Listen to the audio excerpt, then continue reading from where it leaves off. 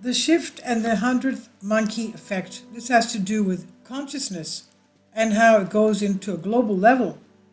The shift is awakening of humanity's heart. This transformation of consciousness, the greatest one ever recorded, first became apparent in the mid 1960s and has been building momentum ever since. The shift is a collective transformation consisting of the sum of each individual step into the new reality. Each person in their own time is moving forward into a stage of consciousness which brings a wider vista and an awareness which springs from the heart. When enough people's primary attention becomes focused through their heart chakras, then the hundredth monkey effect will occur. The hundredth monkey effect was first introduced, and if you see the video before this one, it was first introduced by biologist Lyle Watson in his book of 1980 titled Life Tide. He reported that Japanese primatologists who were studying macaque monkeys in the wild in the 1950s had stumbled upon a very surprising phenomenon. His book was soon followed up by a deeply inspired work by Ken Case in 1981 called The Hundredth Monkey Effect. In this, Ken Case made an impassioned appeal for an end to the Cold War and its policy of mutual assured destruction. And here, in the words of Ken Case, is a description of the key elements of the hundredth monkey effect. Quote, the Japanese monkey, Macaca fuscata, had been observed in the wild for a period of over 30 years. In 1952, on the island of Koshima, scientists were providing monkeys with sweet potatoes dropped in the sand. The monkeys liked the taste of the raw sweet potatoes, but they found the dirt unpleasant. An 18-month-old female named Emo found that she could solve the problem by washing the potatoes in a nearby stream. She taught this trick to her mother.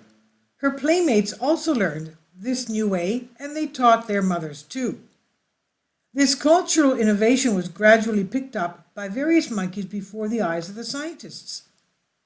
Between 1952 and 1958, all the young monkeys learned to wash the sandy sweet potatoes to make them more palatable.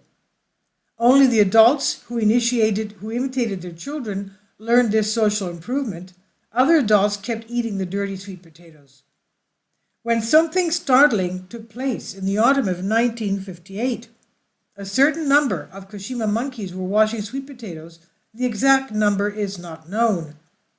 Let us suppose that when the sun rose one morning, there were 99 monkeys on Koshima Island who had learned to wash their sweet potatoes. Let's further suppose that later that morning the hundredth monkey learned to wash potatoes. And then it happened.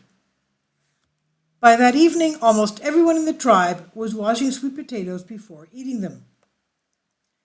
The added energy of this hundredth monkey somehow created an ideological breakthrough. But notice, a most surprising thing observed by these scientists was that the habit of washing sweet potatoes then jumped over the sea. Colonies of monkeys on other islands and the mainland troop of monkeys at Takasakiyama began washing their sweet potatoes. Thus, when a certain critical number achieves an awareness, this new awareness may be communicated from mind to mind. Although the exact number may vary, this hundredth monkey phenomenon means that when only a limited number of people know of the new way, it may remain the conscious property of these people. But there is a point at which if only one person tunes in to a new awareness, a field is strengthened so that this awareness is picked up by almost everybody. Lyle Watson had originally researched assembled the story from the available testimonies of the primate researchers because the phenomenon took the researchers so much by surprise they had not counted how many monkeys it took to trigger this effect. So Watson proposed an arbitrary figure of 99 monkeys and said that one more, the so-called 100th monkey, would then provide the critical mass of consciousness necessary to trigger the effect. The new behavior pattern spread to most, but not all, of the monkeys. Older monkeys in particular remained steadfast in their established behavior patterns and resisted change. When the new behavior pattern suddenly appeared among monkey troops on the other islands, only a few monkeys on those islands picked up on the new idea. The ones most receptive to new ideas started imitating the new behavior and demonstrating it to the impressionable younger ones. Thus, they too began their own paths towards their eventual 100th monkey effect. How the 100th monkey effect works?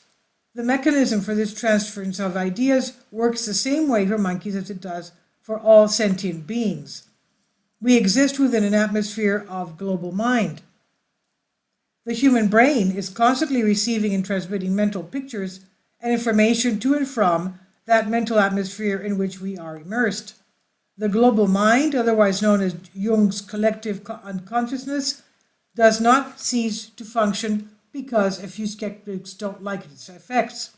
It functions just like it always has, passing information from one individual to another based upon their common frequency of consciousness. If progressive monkeys had a new idea, then so did other progressive monkeys on other islands. They resonated at the same frequency of consciousness.